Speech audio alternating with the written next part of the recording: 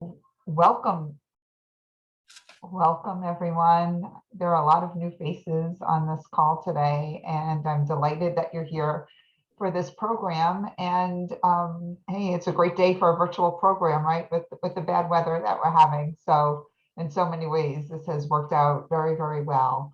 I'm Gail Winchin. I'm the president of the Connecticut Valley LERA chapter. And I just do have a couple of announcements to make before we turn the program over to our speakers today. We do have two more programs planned for the spring. One will be focused more on implicit bias in the discipline and grievance process, and that will be hopefully in early April. And then our final program of the year will take place on Friday, May 20th. We will be delighted to have NLRB Regional Director Laura Sachs joining us for that program. So that save the date for that program is already up on our website. And once we have the details for our other program, that will be on the website as well. So just a few housekeeping details per usual. Our friends at National LERA, Emily and Bernadette, are working in the background. They are working to make sure this program goes smoothly from a technical standpoint. They have muted everyone to preserve sound quality. There will be, I think, 2 poll questions during the course of the presentation, so please participate in the poll. It will help inform the discussion and keep things interactive. The program will run about an hour. We will take questions at the end, and they are asking that all questions be put in the chat. The chat box will be monitored, and hopefully we'll have ample time for questions at the end. As you just saw, the program is being recorded. If you are a member of Connecticut Valley LERA, you will be able to access the recording from our website. And if you're not a member and want to access that recording, then we'll ask you to become a member. And then you'll get notifications of all of our programs. We will provide a CLE certificate. And then also there is a list of resources that will be made available. And I will be sending that out via email sometime next week. And if you want a CLE certificate, please make sure that your name is shown as your Zoom name and not a phone number, because otherwise I don't know who you are. So with respect to today's program, I just wanted to give some background. The idea for this program was born when our steering committee was approached by arbitrator Susan Halperin, one of our members. Susan is active in the National Academy of Arbitrators and has been participating on a task force to improve diversity among the ranks of arbitrators. Our steering committee met with Susan and her colleague arbitrator Mary Ellen Shea, and we all agreed that this topic was of vital importance to both our membership and our stakeholders. Susan and Mary Ellen asked if we could provide them an opportunity to make a presentation to our members and guests on this very important topic. So today we are doing something a little different and basically passing the virtual mic, if you will, over to Susan and her colleagues from the task force who will lead this program. So with that, Susan, I will turn it over to you. Thank you, Gail, so much. I can't tell you how happy we are to be here to do this. And the first thing I would like to do is to introduce the members of the committee that are here. So I believe they will be spotlighted. My co-chair for the DEIB committee, New England NAA, is Mary Ellen Shea, as was mentioned. We have with us today John Alfano, who is both, well, I don't know what you would call him, but he lived in Maine for a long time, and now he's in Maryland, and he is more than a friend. He's a very active member of our regional DEIB. We have Betty Widgeon, who is here, and I don't know, I don't want to call her an interloper, but she as well has joined voluntarily and remained, and Betty is from the Michigan region. We also have with us today Timothy Taylor, and Tim is also in more places than one. He is now in Pittsfield, Mass, but is an active arbitrator in New York and works with the Scheinman Institute. And we're very glad to have him in our regional committee. We also have Sue Meredith, as most of you probably have dealt with Susan, who lives in Connecticut. We call each other Susan, and it gets very confusing. We have Sarah Garrity, who is from the Boston, Mass region, and she is with us today and will be presenting. Sheila Mayberry, who's from Maine, and I'm looking for Sheila. There's Sheila this morning, and we have as well our so that's the DEIB committee. Then we have the regional chair, Beth Wolfson, who probably is here as well. And so I want to introduce her. And I guess what I want to say to you today is also to thank Christine Newell, Harvey Schrag, who is an Academy member and is on the steering committee of LERA, Barbara Collins, who those of you from Connecticut probably know Barbara. There were a lot of people that were active, and the program today, the format is a result of what LERA asked us to do. So if you don't like it, you can tell the LERA steering committee, but they wanted us to tell you who the NAA is, what the National Academy is, what the National Academy New England is, you know, why we want to do this program today, why did we want to do it? And then we have a short presentation from you, which John Alfano is going to do. And hopefully you'll listen and understand that we believe that there needs to be tremendous communication around the subject of diversity, and that it always doesn't begin with talking directly about race or disability or gender, or it's a matter of a historical route that it takes to deal with each kind of person in the workplace. And so we all work to do that, to have industrial justice, if I can say it that way. And because we want industrial justice, we need to know that our judgments that we are making in our decisions are free of any biases. And so that's what today is about. So with that, I'd like to turn it over to Sarah Garrity, who's going to give our first presentation about the NAA and the NAA New England region. Okay, hello everybody. So I'm going to present a many decade history in about 5 minutes here, but I just want to explain what the NAA is all about. So the organization was founded in 1947 as a not-for-profit professional organization for the then emerging field of labor arbitration. The NAA has maintained certain key functions throughout its history. The first is to identify arbitrators possessing the highest standards of integrity and competence that parties can count on in seeking resolution of labor and employment disputes. It's not an agency for selecting or assigning particular arbitrators to resolve particular disputes. The second key function is to offer continuing education for labor and employment arbitrators practicing in the United States and Canada, as well as to our labor management clients. One of the main places where that happens is at an annual meetings, which are open to all who wish to attend. And speakers present papers. The range of speakers includes arbitrators, academics, government officials, and just about anybody else who knows a lot about some topic of labor management relations. The papers are presented or available online, so anyone who wants to can go to the NAA website and read papers that they see and find interesting. And we're very excited to announce, if you don't already know, that Boston has been selected for the spring 2024 annual meeting.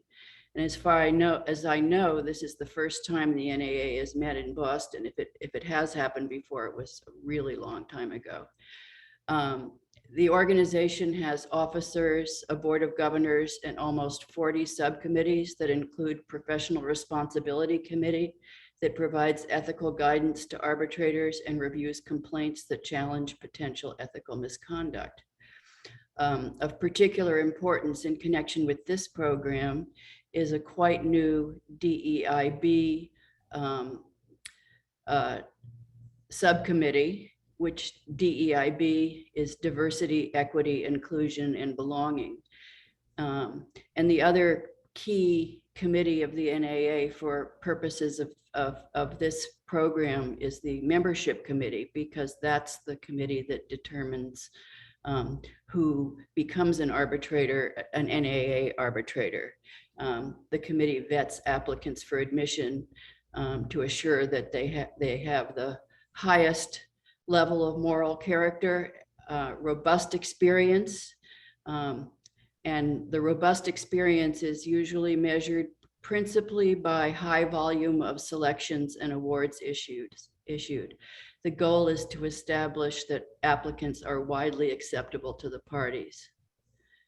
NAA membership is divided also into geographical regions that are independent of the national organization. The New England region is particularly active. We meet regularly and develop educational program like today's session. Our meetings are open to any arbitrator and are not limited to NAA arbitrators. And one of our major goals is to mentor and help develop new arbitrators with a particular eye to helping develop arbitrators that reflect the diversity of the parties that seek our services. Like any organization, the NAA has had to evolve with the times. When it was founded, union membership was steadily increasing, and in more recent times, as you all know, that trend has slowly but steadily eroded. When it was founded, membership was mostly made up of white men. That has changed, but not nearly enough. Nationally, the cadre of all arbitrators remains at about 88% male and about 88% white and 77% male. And the NAA, unfortunately, is not an exception to those approximate statistics. Thus, the need for programs like this one, among many other activities aimed at enhancing diversity, equity, inclusion, and belonging in our field.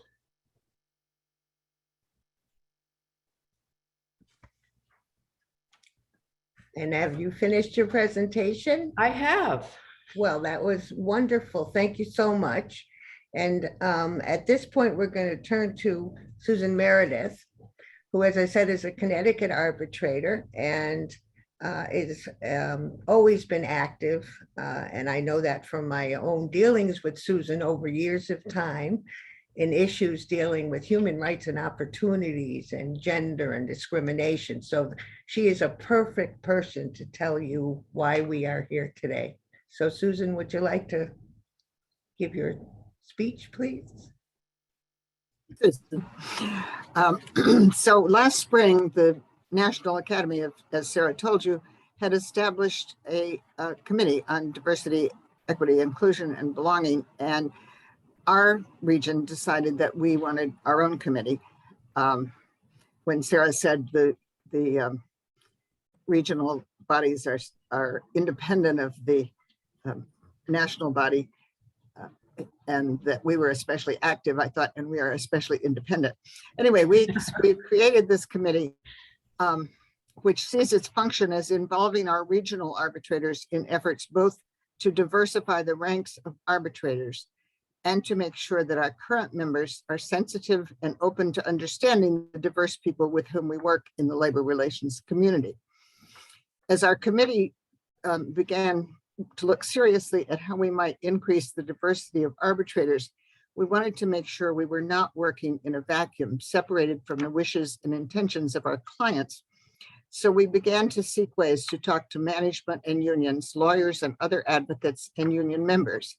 LERA is obviously one of the best groups for this kind of discussion, since it represents all of the interests we are interested in.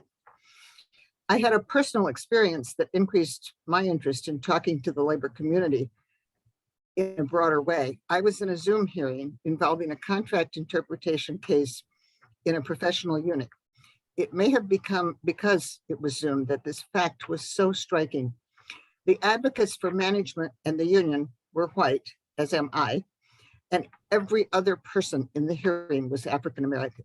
Every witness, every advisor to the advocates, everyone. I looked at that picture and thought, this isn't right. And then I thought, I really want to know what the other people in this room think about this. We also know that diversity work has been going on in many places. Some of us were aware of work being done in the public sector toward greater inclusiveness.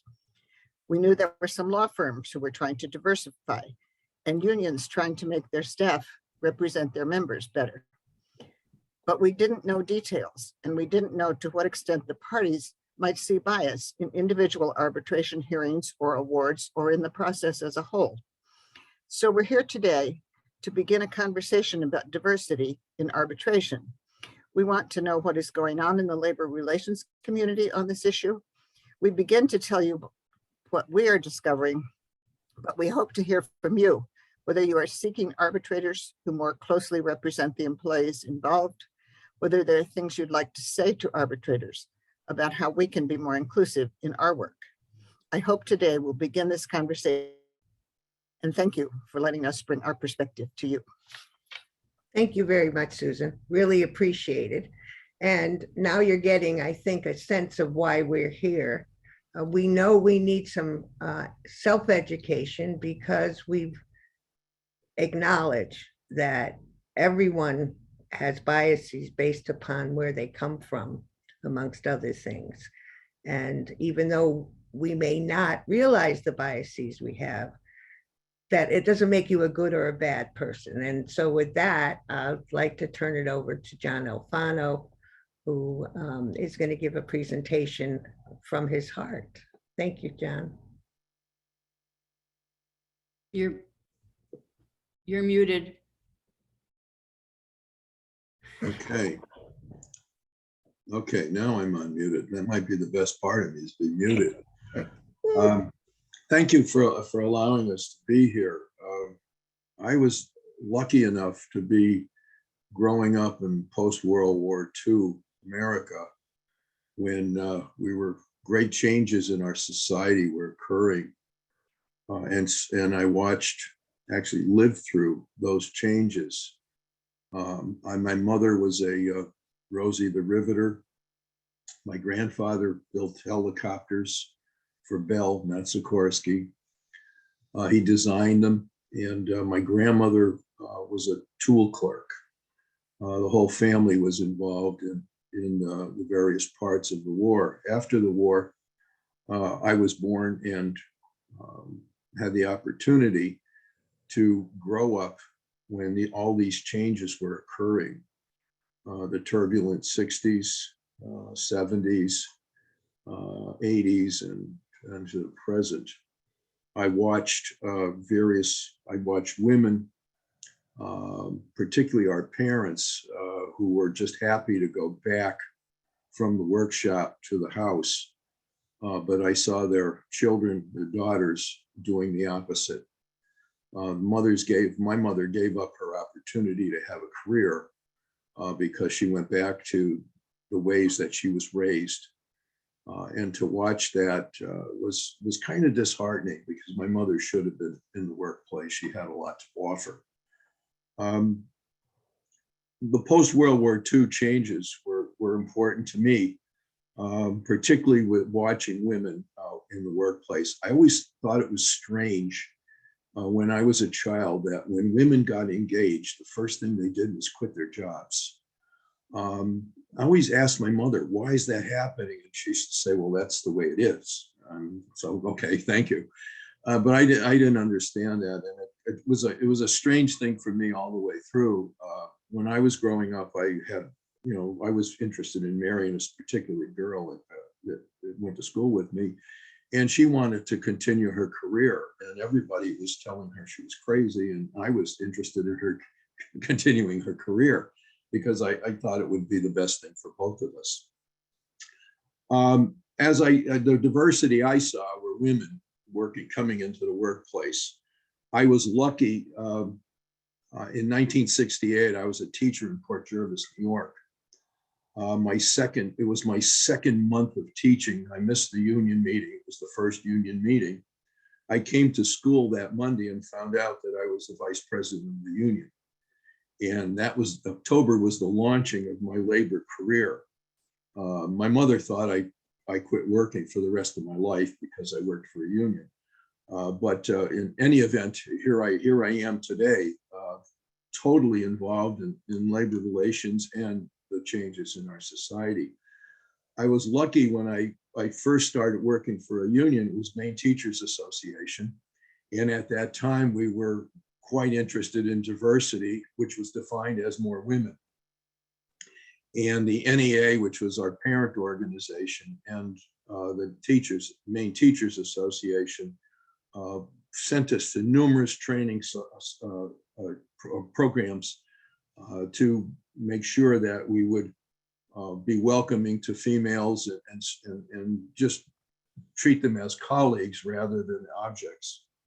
And it was a very enlightening time for us because I was still carrying some of that post-World War II stuff that my mother and my grandparents and aunts and uncles had. And yet I was I thought I was a more modern man at the time. So I was learning the differences between them and what I was stepping into.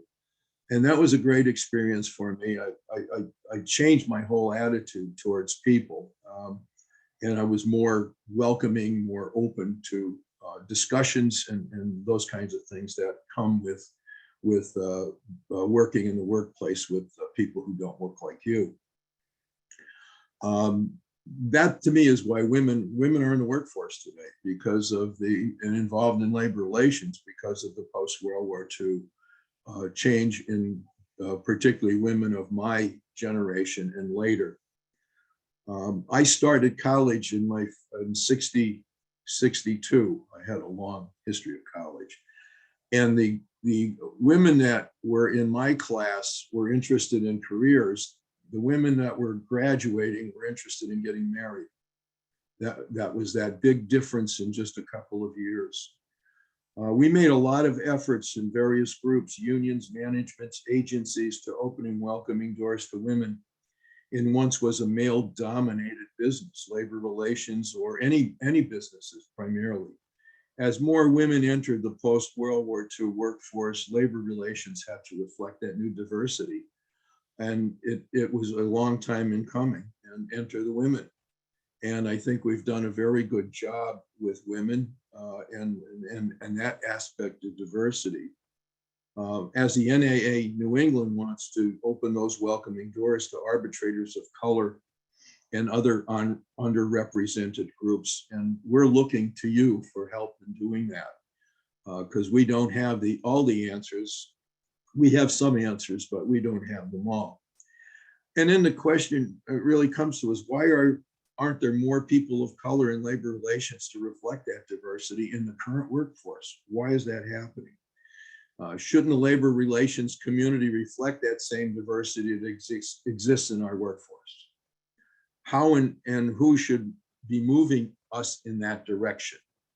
I am not sure the NAA is the vehicle to do that because we are limited by our ethical neutrality, and we can stretch those limits, but I think there's a point where we cannot stretch them, and that's where we need other groups, the more diverse groups in terms of labor management people, is LERA and other various organizations.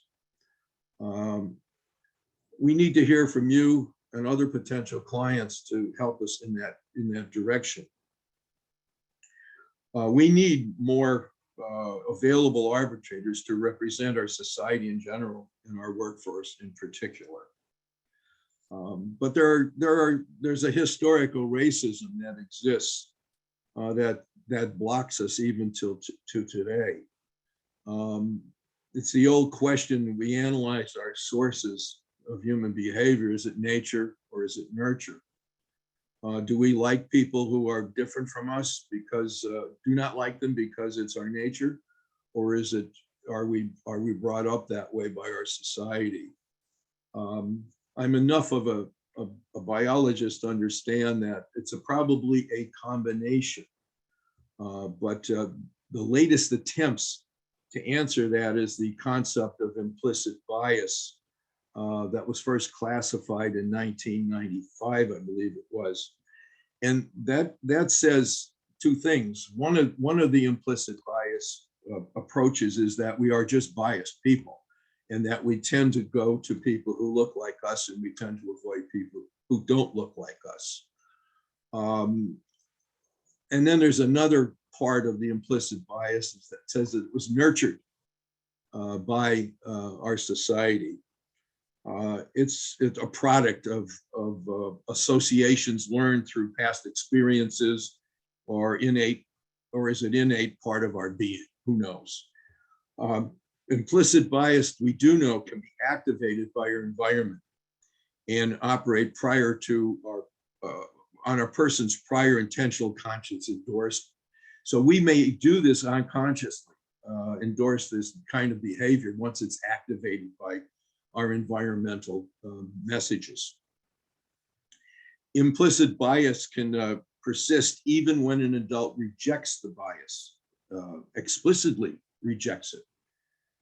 There's a judge we were talking with, a retired judge, who was raised primarily by a nanny who was Black. And he said that he had expressed anti-Black biases. Even though this person was closer to him than his mother, he treated her almost like the mother, but yet he had these biases that just came up. I know the source of my biases, but I think there's also a basic source that it's a primitive survival that we have as human beings. It relies on biases. We associate with tribes for protection when we were primitives, food and lodging. We just joined a tribe and they gave us shelter, protection, and we survived. We tend to associate with others who look like us, think like us, live like us. And we shy away from people who don't. And that might be a primitive behavior on a very basic level, just for survival when we might have lived in caves. In modern times, we have clubs, religious groups, churches, synagogues, mosques, political parties. Talk about rivalries. All rivalries result, and sometimes they're mild rivalries, sometimes they're vicious. At one time, they attempted to raise me as a Roman Catholic, and I was the only Roman Catholic kid who attended a Methodist summer Bible camp. I was welcomed, but it was always, why is he here? Because in those days, we're talking 1953, 54, there were rivalries between the Roman Catholic community and the Protestants and Jews. It was really segregating us into these groups, and it was a bad thing to associate with somebody who wasn't Roman Catholic. And I was even worse. My mother was raised Protestant and had converted to Catholicism, but she was never accepted. It was a strange time.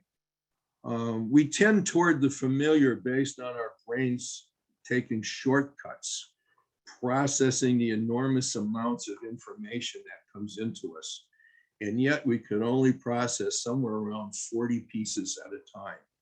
And so we have all this information is coming at us, and we're filling in those gaps that we can't process with information from our memories and our experience. And that's why we tend to fill those gaps with our past experiences, which may lead us in a direction towards enacting our biases and not understanding our choices.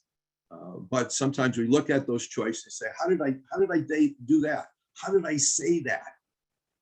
And sometimes you have to think, well, maybe it's because your brain filled in a couple of gaps based on a prior experience with a certain person that wasn't very good. Society has contributed to implicit bias through the media. It has just been awful. I like to watch YouTube. I'm a fanatic of YouTube. I just like to delve into the deep recesses of YouTube. I pulled up a bunch of cartoons, Looney Tune cartoons. Love Looney Tune cartoons. They're beautiful pieces of art. Wow, are they racist? The World War II Looney Tunes. Of course, a lot of it was propaganda, anti-German, anti-Japanese. And the one cartoon that sticks out in my is the stereotype of the Japanese enemy at that time. Oversized glasses, protruding teeth, sneaky, inscrutable. Those are the images they sent to us to build the war effort. Unfortunately, it continues beyond the war effort. We have those biases, and sometimes if it happens, you think you think of an Asian person, and all the caricatures come to you. The Looney Tunes cartoons have other racial stereotypes of Black people, slow, dim-witted. There's a cartoon that is hysterical, but it's two black crows, and they are absolutely stupid, and they're black crows. Well, what's the intent here? Well, they have an exaggerated Southern drawl, they're dim-witted, lazy, etc. That's the message. Bugs Bunny and Elmer Fudd in a cartoon dressed in blackface. Minstrel show cartoons. Just look them up. It's unbelievable. These were the images that were projected starting in 1939 up until they stopped showing Looney Tunes in the theaters, but you can still get them online. They were playing on television when I was a teenager. They were playing on television when I was probably in the 70s and 80s, and then they slowly disappeared. Radio shows, 30s, 40s, and 50s. Probably most of you in this room do not remember the radio shows where all the drama and other kinds of shows were on. But radio was television without a picture. They used to call it, it was at the something of the mind. And there were popular shows. There was Amos and Andy. Amos and Andy were two black guys, and the whole crew, the whole group in the show were depicted as black guys. They were white men who actually dressed in blackface to do a radio show and pretended they were black by dialect, as they used to call it. They were depicted as slow, dim-witted, crooked, lazy, dominant women. They were married to dominant women because they were too lazy, and they were conniving all the time. The Jack Benny Show with Rochester, an adoring servant of his who was always broke because he gambled. That's another image. Stepin Fetchit, an actor. He was black people or servant. Stepin Fetchit made a living playing a slow, dim-witted black person, and didn't like playing a slow, black, dim-witted person. But he did it because he worked all the time and needed to earn a living, and that's the best he could do, given the era. Jack Benny Show, Rochester portrayed the gambler. Other shows you would see, or movies. with Black people as servants, maids, nannies, all adoring the white family they serve faithfully at their expense and at the expense of their own lives and the expense of their own families. But they were so adoring. I remember there's a show where a young girl, I forgot her name now, she was an actress, and she had a couple of Black servants around her, and she's like 8 years old, telling the Black servants all the ways of the world as if she were the adult and they were the child. And what's the message there? Is that, you know, Black people are like little children. All of that with messages coming to us. These shows are still available on podcasts. They're comical and they're entertaining as they are. Their underlying racism imprinted children and adults from the 30s to the late 50s with these images until television replaced them as our source of entertainment and our source of racism in our homes. Enter television, 1950s and 60s, especially, with minorities as sidekicks to white guys. The Lone Ranger with Tonto. He was faithful to the Lone Ranger. Green Hornet with the Asian manservant, Bruce Lee, who was faithful to the Green Hornet. Native Americans portrayed by white people in makeup as caricatures of Native Americans. Or those other shows without a minority face, as if society at that time was all white. It was always, you know, these strange relationships that exist. The TV in the 1960s and 70s started to open up more with a lot more minority actors, primarily Black, portrayed as either cool, well-dressed characters, cracking wise as sidekick to the serious, button-down, on-hip white guy. Or they were the evil or super bad guys selling drugs, or they're pimps, but some of them were really cool pimps, outrageously dressed, driving equally outrageous cars.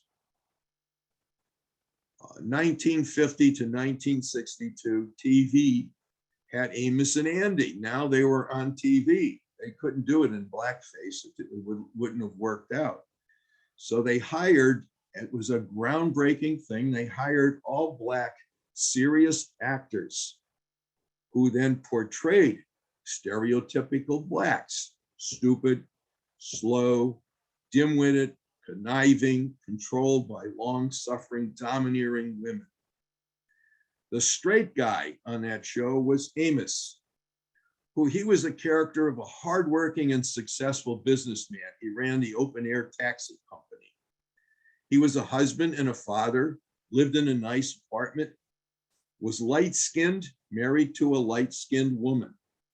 Was the subliminal message that light-skinned people are hardworking, model citizens contributing to society, even though they may be kind of light Black people, and those dark ones take from society without giving anything. The sitcoms were even worse. Black people were struggling to survive poverty, which was probably fairly true. The mother figure is strong and powerful, and the father figure is hardworking but marginally successful. Barely got by, and the hard work and the long-suffering wife, mother, made do and kept the family together. The children are in and out of mischief, generally cool and comical, somewhat like adult Step and Fetch It characters. We've developed our attitudes or confirmed our beliefs that from these shows that Black people are comical, not serious, over-the-top dressers, super cool, but not leaders except when breaking the law. And good Blacks need a white guy to survive in the world. But you know, as races, we don't really know each other. We have been introduced as caricatures on paper. The big screen, radio, and TV. When I ask you to envision a Black person, what comes to mind immediately? An Asian, what pops into your mind immediately? A Mexican, an Irish person, a Jew, a Catholic, an Italian person. What comes to your mind? Probably your vision is stereotypical. Can you relate them to an incident, a movie, TV show where that picture came from? We've been imprinted with those stereotypes that continue today. My 100-year-old father still lives with me. He watches MeTV and Antenna TV, two of the junkiest stations I've ever seen. Both cable stations that broadcast all that crapola from the 60s and 70s. It's TV for old deaf people. I lived in a city of 100,000 people where the few Black families were known by name by most of the white adults, even though they never met them. I had no Black friends. I met 3 Black boys who went to YMCA with me. The few times I attended, I always thought the YMCA was creepy. We had 2 Black students in my high school of 1,500, a male and a female.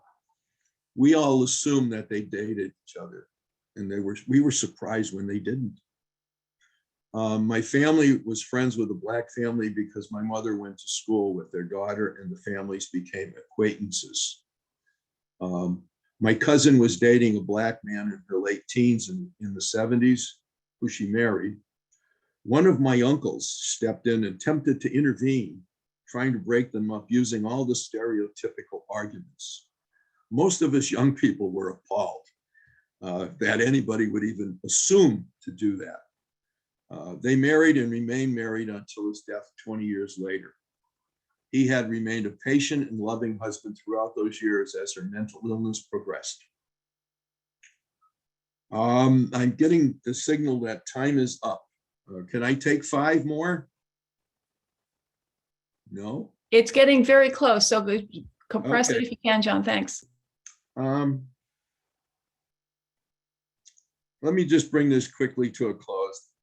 The NAA New England, along with the NAA, wants to change change our face in our labor management community, starting by recognizing and compensating, and compensating for our biases. How do we opening the welcoming door to minorities to establish an NAA New England arbitration community? It looks like our society and our workplaces. We will find the answers with you and your help so that we can serve you better and serve society better. Thank you. Thank you, John. Sorry to rush you along at the end there. We have people who are on a lunch break and will need to leave at 1, even if we do continue for some time afterward. Thank you, everyone. I was watching for questions in the chat and I haven't seen any. So I'm going to ask you if you have some questions or observations to go ahead and start putting them in the chat. I'm going to do a poll question in a minute. But one of the things I would say on the heels of John's presentation is that you may not know this, but because I suspect that lots of you folks, unlike us, are much younger. John's description of growing up with the kinds of media input is pretty de rigueur for National Academy arbitrators. We are an unusually older population of arbitrators, and virtually all of us grew up with this. So that's what you're getting when you get us arbitrators. In the New England region, we are doing self-education. We're doing work on ourselves and trying to learn about our implicit biases and how that's affecting our decision making. So one of the things about our diversity plan is not just we're looking at creating mentoring opportunities and recruitment opportunities for underrepresented people to join our ranks, but we are also doing work on our thinking, so with the population of arbitrators that is available to you, we have at least a diversity of thought, or our analyses and our thinking is not as narrow as perhaps our prior experience has been. So I'm going to ask for the first poll question so that we can see who's here. The first poll question is, let us know, are you a labor rep or advocate, a management rep or advocate, an academic, or a neutral like an arbitrator, a mediator, or an adjudicator? So that's a quick poll question, if we could have that and then see the results. And I'm going to look at the questions that are there now. Thanks. Can you resend the poll? It went up and came right back down. Yes, the poll question disappeared. So if we can have it again.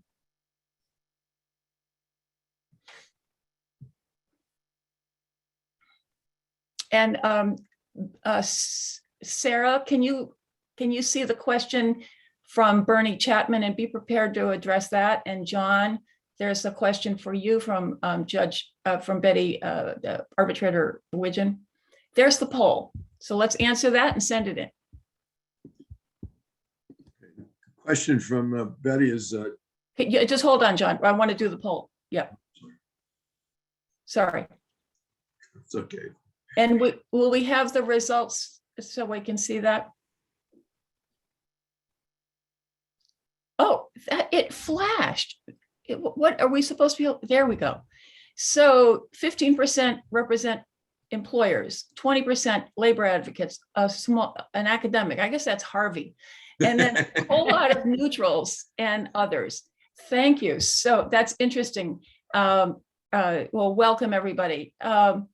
So the question from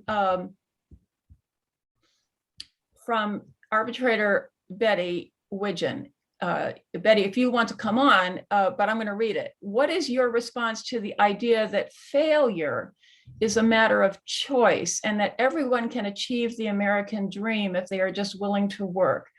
Isn't this what we're taught in textbooks in school? John, if you have a comment on that, and then I Yes. have a comment on that. My daughter, who was raised with me and in an open tent, came to me the other day and said, you know, people fail because it's a matter of choice. I was appalled.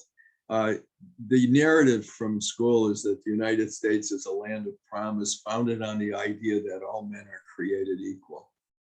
Though America has faced many challenges during its history, we have always overcome them. In the United States, progress is inevitable, both for the nation itself and for individual citizens who can all achieve the American dream if they are willing to put in the work. And that is a load. I mean, there are so many things that stand in the way of our being successful. And it's our biases, our poverty, our wealth, our parents, how they and people we meet, all influence our successes. And primarily, I think, is the biases, racial biases, tendencies in those directions happen to influence them the most. Yeah, I would like to give a little short story. About 15 or 20 years ago, when I first started doing work around racism and white privilege and understanding my own biases, I was at a workshop where they did an exercise called Star Power. And everybody lined up in the middle of the room in a line, and we were asked questions. And depending on the answer to the question, you took one step forward or you took one step back. None of the questions had anything to do with what we had done or accomplished or tried to do in our lives, but merely factors that we were born into or we experienced. And at the end of this exercise, and this was in an organization that was led by an African-American family, all holding PhDs and very accomplished people, all the African-American family leaders were in the back of the room and all the white folks were at the front of the room. So there are external barriers to the American dream that that are there for many of us. Sarah, we have a question about what are the qualifications to become an arbitrator? And I love this question because we are interested in finding out if people are interested in pursuing this as a career. We need more people. Go ahead. So you need to have not been an advocate. If you're an attorney, you need to have not represented unions or management for 5 years prior to seeking membership in the organization. Just to give people a chance to. Could you explain why what that means? It's just because you really want to make sure that the people who are selected to be neutral arbitrators have been neutral for quite a while. Mm-hmm. Also, there is no although many labor arbitrators are attorneys, that's not a requirement. I'm not an attorney. Right. Many arbitrators come from academics, or they come from the labor or management or side, or both. And the other one is really just that you have to, I talked about integrity and experience, but really it's just you have to be acceptable to the parties, because you have to be able to show that you have a body of arbitration work, and that the parties, this is for NAA involvement. To just become an arbitrator, somebody has to want you to arbitrate your case.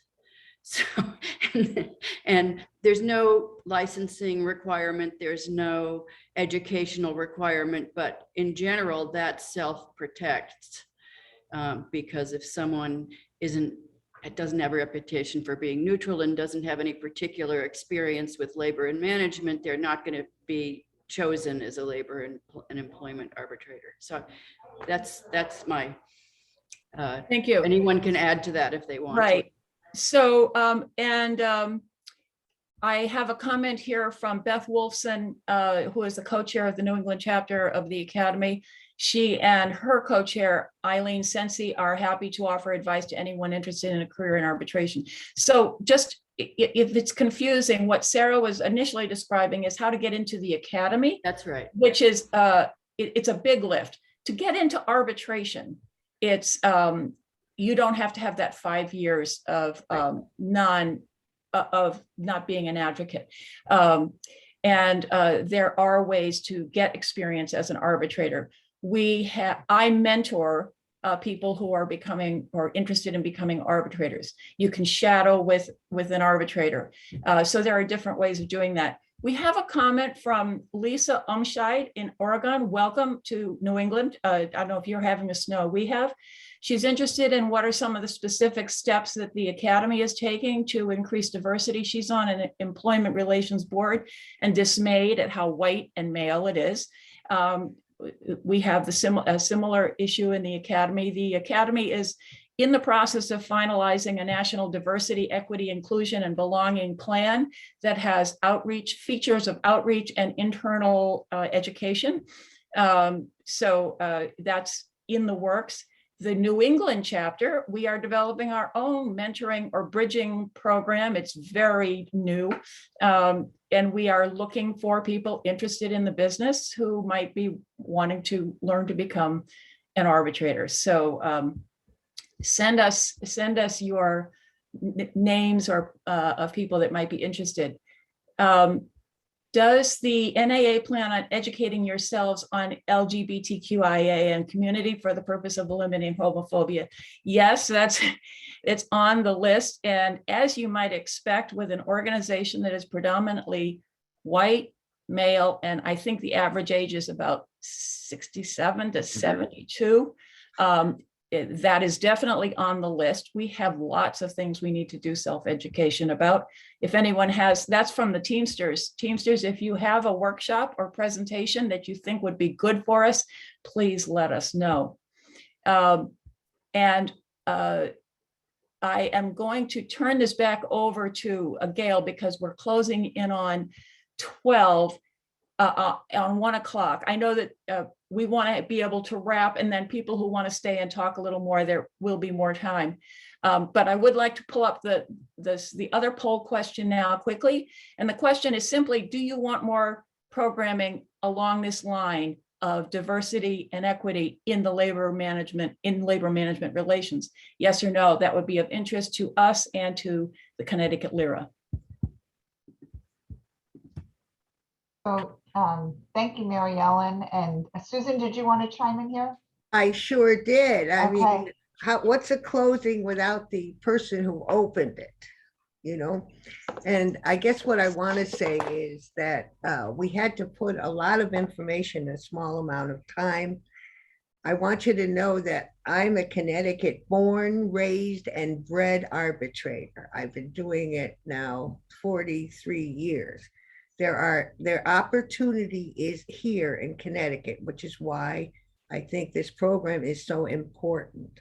We are willing as a group, and we're responsible under our ethics code to help train and mentor new arbitrators. The way to do that, we're going to develop, but we need to know who the people are that are interested in taking the time while they don't earn money or when they have another source of income to get into the field of arbitration, because you cannot just walk in the door. And that may be the problem Connecticut's facing in finding diverse arbitrators. So I'd like to end with that and say, we want to hear from the people who are in this room so that we know where to do our programming. So thank you.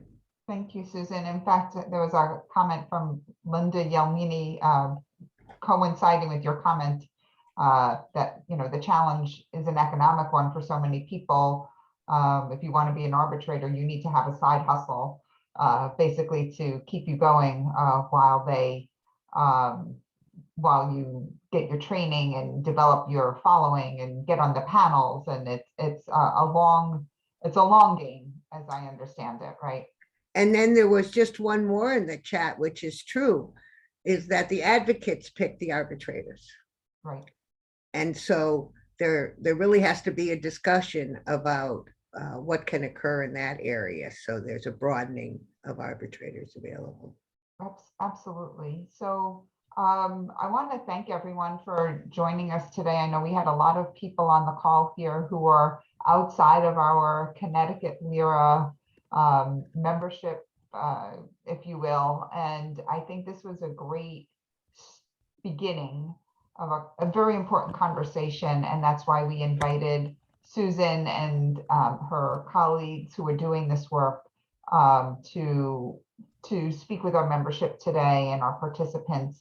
Obviously, the chat is now blowing up, and there are people who have very strong feelings and questions about this. And I'm seeing here too that maybe this can evolve, and Susan and Mary Ellen and the work that you're doing as an opportunity for further dialogue with the NAA or other organizations to start maybe making some structural changes so that we could have a more diverse array of arbitrators who will better reflect the people who are using the services. And you know, people want to see people like themselves in the decision-making process.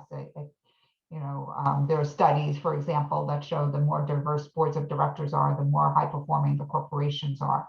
And so, too, you know, people whose livelihoods depend upon the outcome of an arbitrator may feel like they're that the process is more fair if people look like them who are members of the process, who are facilitating the process. So we will continue this. Like I said, our next program will talk more about implicit bias and decision making when at the beginning of this process, which is when discipline is imposed, when grievances are heard. And we hope to have a really great panel discussion on that.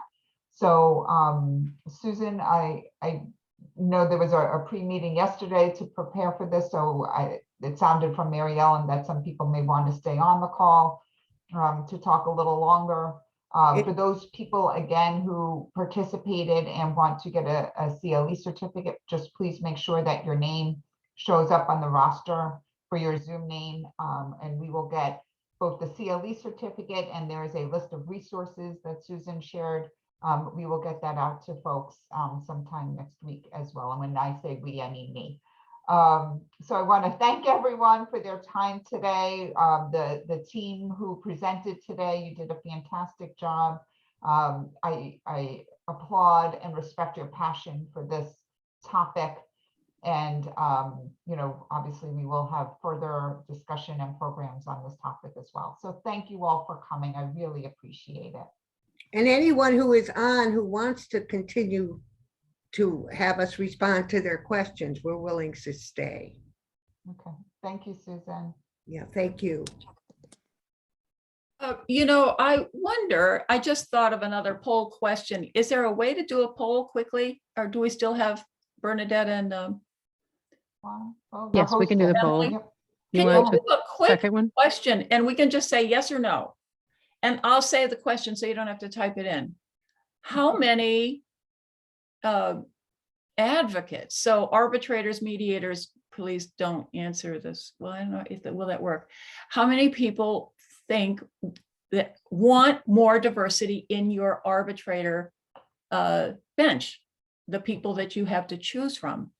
We assume that it's wanted, but we haven't actually heard that. And we're willing to, we're open to being told you're all too white and male. Is that So I don't think we can relaunch or launch a we new poll, can. but we can. Oh, do you have it, Emily? Go ahead. I can make it right now. Oh, okay. I was just Is going to that okay? relaunch the poll, the first poll, because it has a yes or no answer, and just know that the question Right. was wrong. So Betty, you made a comment about the FMCS training program. Do you know enough about it to do a little, because you said it limits, I don't know what that means. It limits the people who can be trained. Can you say something about it? Yeah, basically it for newer individuals trying to get into labor arbitration, if you apply for the Becoming a Labor Arbitrator training, which is what I think people are referencing, you still have to show so much background initially before you will be able to take that 40-hour training. And so that I know in Michigan, we've suggested several individuals that I know 2 or 3 who have been turned away. And so that's one of the reasons that I brought up the idea of some kind of a bridge program that would help those individuals get that kind of training. Thanks. And so, and maybe there's some other arbitrators who can speak to this. I mentor people who are interested in the business, and I don't have any particular criteria like you have to be in labor relations or, you know, you have to be an HR person. The people that I have are union advocates and or like HR type people. And at the moment, I am limiting my mentoring to underrepresented people who we need in the business. But I know that most academy arbitrators do mentor and assist people who are interested in the profession. I'd like to add in, oh, I'm sorry, Susan, I just, if you are willing, when I'm getting ready to send out the information, if there's, Susan, I don't know if this would be you and or Mary Ellen or whomever, for people on this call who have attended this meeting, if they are looking for either ways to get involved in the work that you're doing or be wanting more information, if you would maybe send me that contact information and I will distribute that as well. we're very happy to, and we're actually talking about having a LinkedIn site for DEIB because there's been so much activity, but it's not coordinated. Wonderful. And so I think that that's what's important. So I do have to dip off, so I will say goodbye to everyone and thank you again for attending, and I'm sure we'll be in touch soon. Thank you. thank you, Gail. Thank you so much. It was wonderful. Very good. So is anyone sticking on with us?